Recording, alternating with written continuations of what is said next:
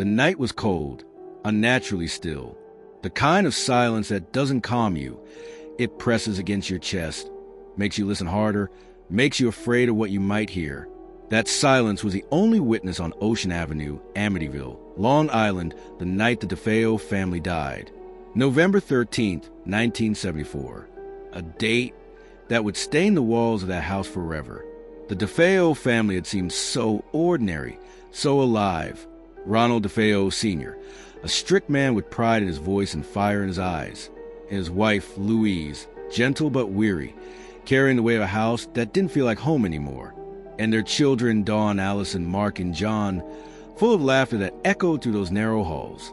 Then there was Ronald Jr., Butch, quiet, brooding, often misunderstood, but hiding storms that no one else could see. The neighbors often said they were a normal family, maybe too normal. But beneath the smiles, behind closed doors, something dark had already started to breathe inside that house.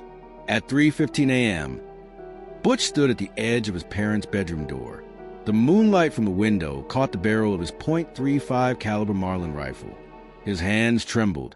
His heart beat loud enough to drown out reason. The shadows around him seemed to whisper, soft, low, commanding. He stepped forward, raised a gun, and fired. The sound tore through the night, but no one heard it. Not a single neighbor, not a single echo. Just a gun, the breath, and then silence again. Ronald Sr. was dead before he could wake. Louise barely had time to open her eyes. 2 more shots, and she was gone. Butch walked down the hallway, the rifle heavy but steady in his hands. He entered Mark's room, 1 shot, then another, the same for John's. Then he turned to Dawn's room, his sister, the one who used to sit with him when he couldn't sleep. He hesitated for a moment. The voice in his head whispered again, "Do it." He pulled the trigger. When it was over, 6 bodies lay in their beds. No one had moved. No one had screamed. Every shot precise, deliberate, final. Later, police would call it the Amityville murders. The world would call it evil. But what Butch said after that night would freeze even the hardest hearts. He said he hadn't been alone. He told them a dark shadow had followed him for days, watching from corners, whispering from empty rooms, calling his name at night. He said it had stood behind him, close enough to feel his breath on his neck, urging him to do it. "They won't hear," it said.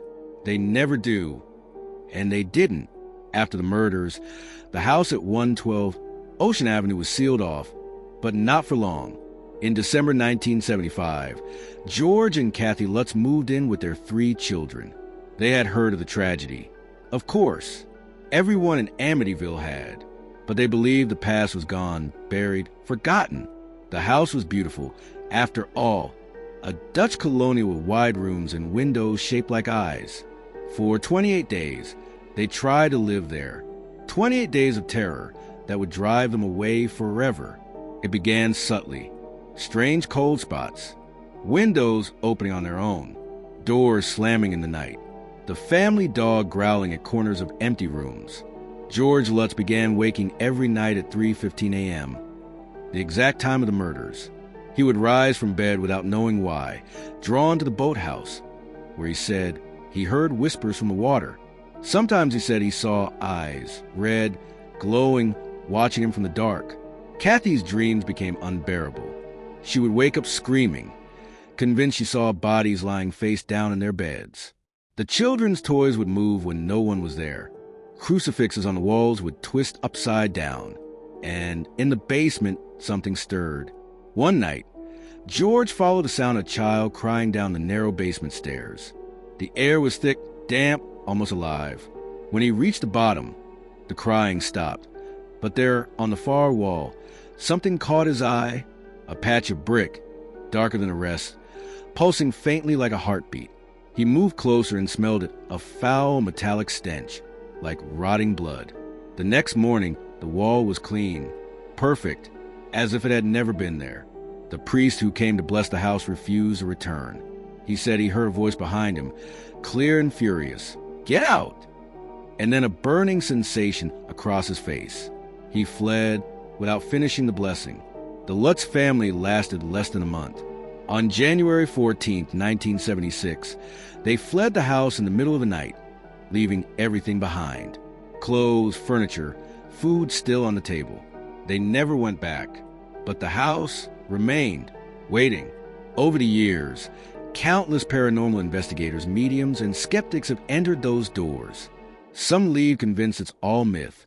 Others refuse to speak about what they saw. One investigator, in 1987, recorded strange EVPs in the basement, a whispering voice repeating a single phrase, "Still here."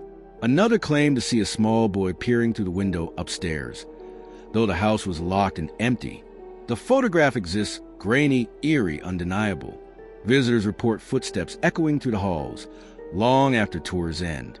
Doors that refuse to stay closed. Cold hands brushing against their arms. And at 3:15 a.m., some say they hear the sound of a rifle being cocked, followed by a faint whisper and a scream that never finishes. Historians say the land itself was cursed long before the DeFeos ever lived there. Centuries ago, the area was said to have been the site of an asylum for Native Americans, where the sick and dying were left to perish.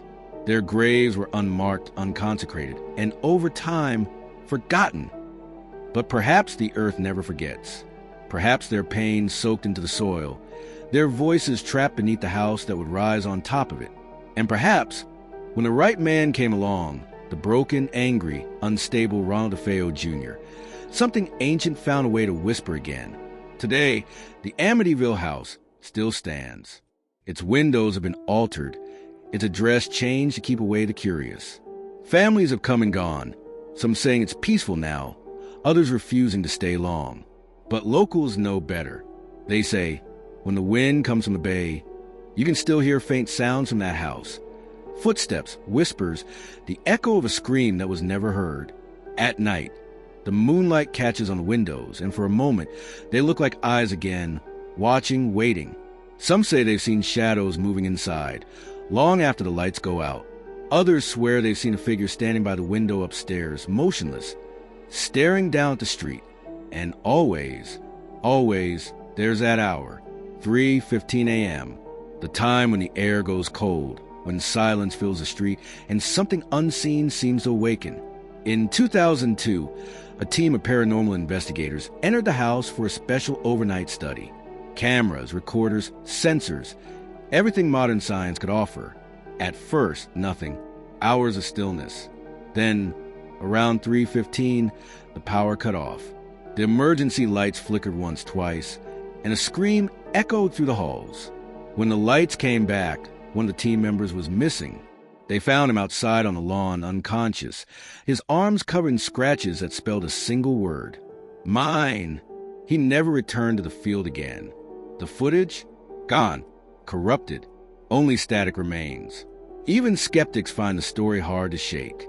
How could one house cause so much fear, so many deaths, so many stories that refuse to die? Maybe it's the power of belief.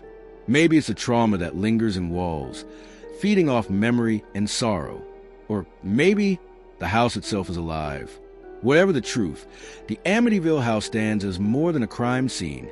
It's a wound, a scar carved into American horror, the place where reality and nightmare met and never separated again.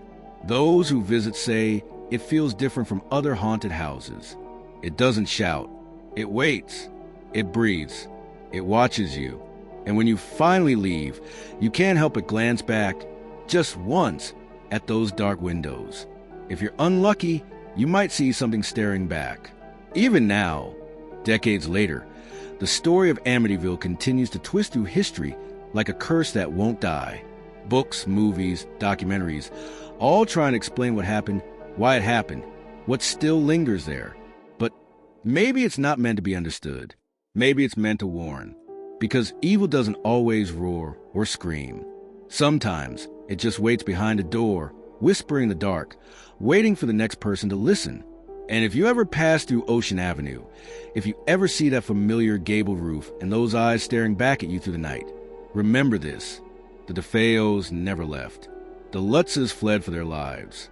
And whatever haunts that place still hasn't found peace. So if you hear a whisper call your name in the dark, if you feel a cold hand brush your arm when no one's there, If you wake suddenly at 3:15 a.m. and can't explain why, don't look back. Don't listen. Don't answer. Because the house on Ocean Avenue remembers you. And once it knows your name, it never forgets.